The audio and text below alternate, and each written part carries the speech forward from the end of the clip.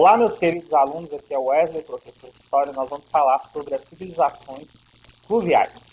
Esta é uma aula para a semana 1 do PET complementar, então preste bastante atenção no que será dito. Eu também vou dar explicações no fim do vídeo sobre como vocês vão realizar as atividades. A primeira coisa que eu quero trazer para vocês é justamente o crescente fértil. Ele está localizado dentro aí do que nós conhecemos hoje como Oriente Médio, que é uma região bastante desértica, tem bastante deserto, né? E bastante áreas improdutivas. Porém, estas áreas aí daquilo que nós chamamos de crescente fértil são exceções e são importantes exceções nesse contexto. Porque o que nós queremos falar quando falamos em crescente? Crescente é lembrar da lua crescente, da fase da lua crescente. É uma meia-lua em que você vai localizar aí 4 rios que são muito importantes para as sociedades. Então, que rios são esses? São os rios Tigre e Eufrates, da Mesopotâmia, o rio Jordão, lembramos aí dos hebreus, e o rio Nilo, no Egito. Então, são 4 grandes rios, são quatro rios que promovem aí que, com as suas cheias, eles fertilizam as margens aí desses territórios. Então, é bastante importante nós observarmos que, nesse sentido, os rios, eles tomaram aí, assumiram uma importância muito grande no surgimento das primeiras cidades e das primeiras civilizações.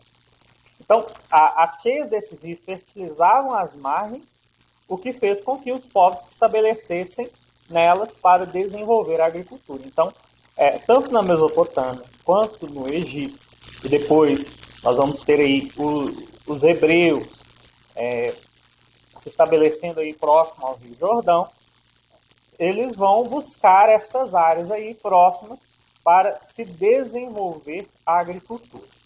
Ok? Então, como que surgiram as primeiras cidades? Primeiro que as primeiras cidades surgiram aí na Mesopotâmia, no contexto aí mesopotâmico. Então, as primeiras, elas começaram a se desenvolver de aldeias neolíticas, né? Então, você já tinha aí aldeias próximas aos rios, e essas aldeias foram se desenvolvendo. À medida que elas foram desenvolvendo a agricultura, elas foram aumentando de tamanho, se tornando cidades. Então, os rios ofereciam água para beber, água para os animais, para irrigar plantações, dentre outras coisas aí.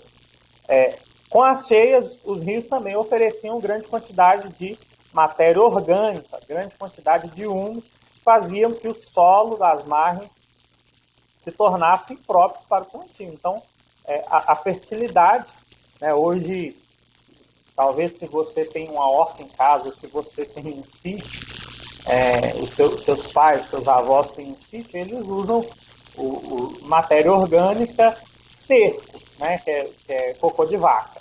Então, esses rios, eles traziam um grande número de matéria orgânica, fertilizavam a terra e tornavam-nos próprios para o plantio. Muito lá na frente, muito depois, quando vocês forem estudar biologia, talvez vocês estudem, eu me lembro que eu estudei isso já no ensino médio, vocês vão estudar o ciclo do nitrogênio, que está algo muito, muito interconectado com aquilo que nós estamos falando. Então, é bastante interessante.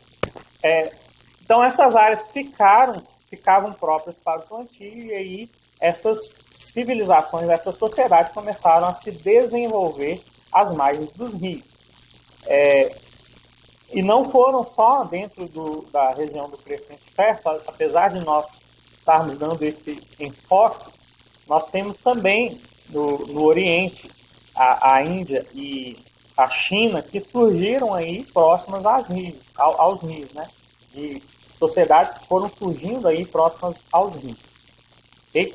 Então, os sumérios provavelmente foram os primeiros a utilizarem técnica de irrigação.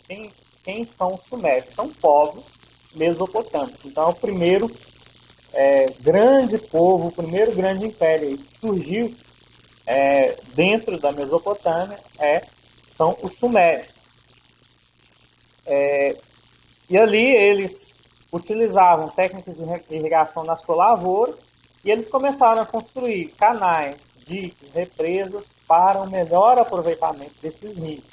Ou seja, eles começaram a produzir grandes obras.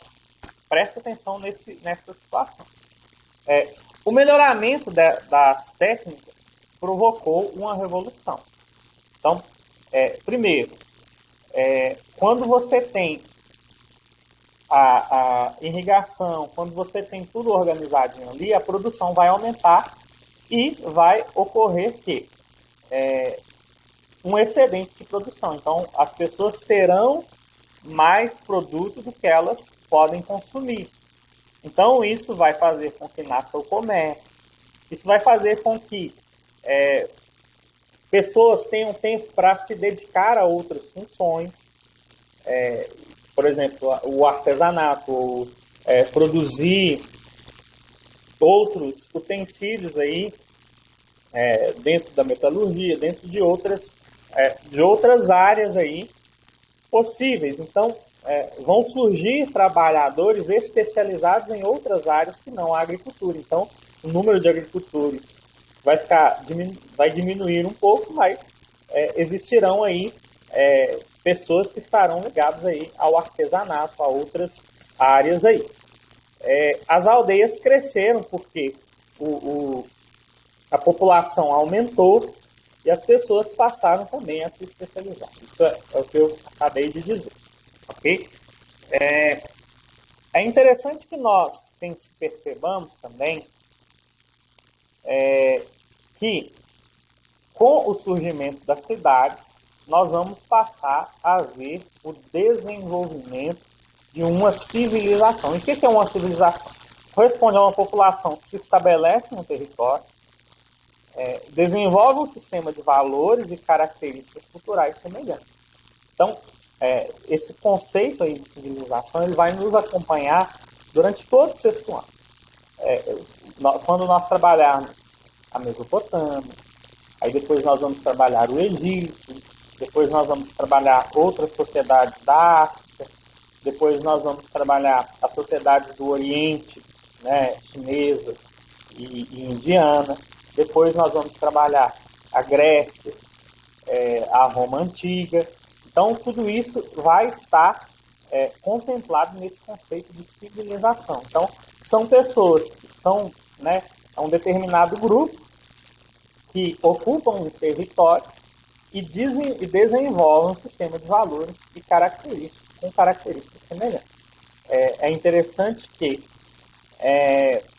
aqui não está escrito civilização, que são pessoas submetidas a um determinado governo, a um determinado governador, a um determinado rei, a um determinado faraó. Não, aqui estão características culturais, características, né, sistemas de valores, né, tudo isso.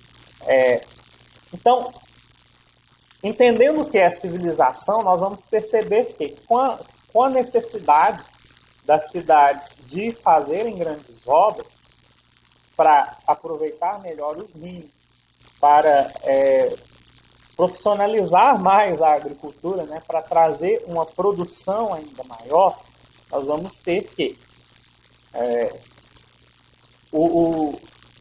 haverão pessoas ali que vão começar a se especializar na administração destas obras. Isso fez com que surgissem sistemas de governo ou, basicamente, o rei. Okay? Para o comércio e para as atividades agrícolas se desenvolverem, para registrar, para controlar, né, e também controlar com o surgimento do governo a questão tributária, nós vamos ter o surgimento da escrita, né? Isso aí dentro já dos sumérios, dentro já da sociedade aí suméria. É bastante importante. E ali também vão começar a surgir essa classe social dentro aí, basicamente todas as sociedades da antiguidade, a classe dos sacerdotes, vão se desenvolver uma religião comum ali entre aquela sociedade. E isso são elementos que vão trazer, né, que vão dar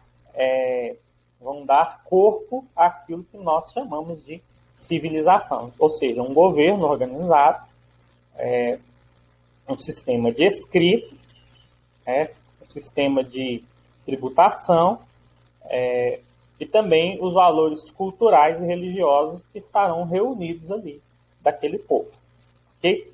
Então vamos para a atividade da semana 1.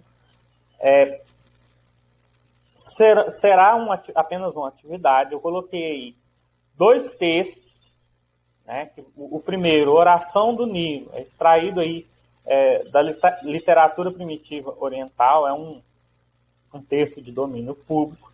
Você vai ler esse texto, você vai perceber muito bem quem são as personagens desse texto, qual que é a grande importância que é dada nesse texto aí, e vocês vão responder aquilo que eu vou colocar nas perguntas. Então, o texto 2 fala de um pescador da vida. Então, já é algo trazido aí para o ambiente aí amazônico, para as sociedades aí, brasileiras, né, antes da chegada do português.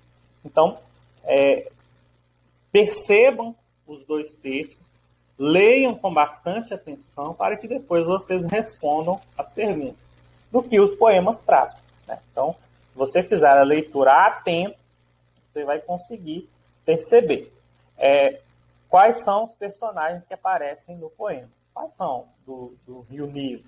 Quais são aí do Rio Amazonas, da região amazônica aí? É possível identificar o modo de vida desses personagens? Você vai falar sim, senão vai explicar, né, como é esse modo de vida, né? Não é simplesmente responder sim ou não, viu, gente? Então, precisei explicar. Só. É possível sim, perceptível que Aí você vai falar o que você percebeu com a leitura do texto. Qual a importância dos rios apresentados para esses grupos sociais? É bastante importante, é bastante interessante.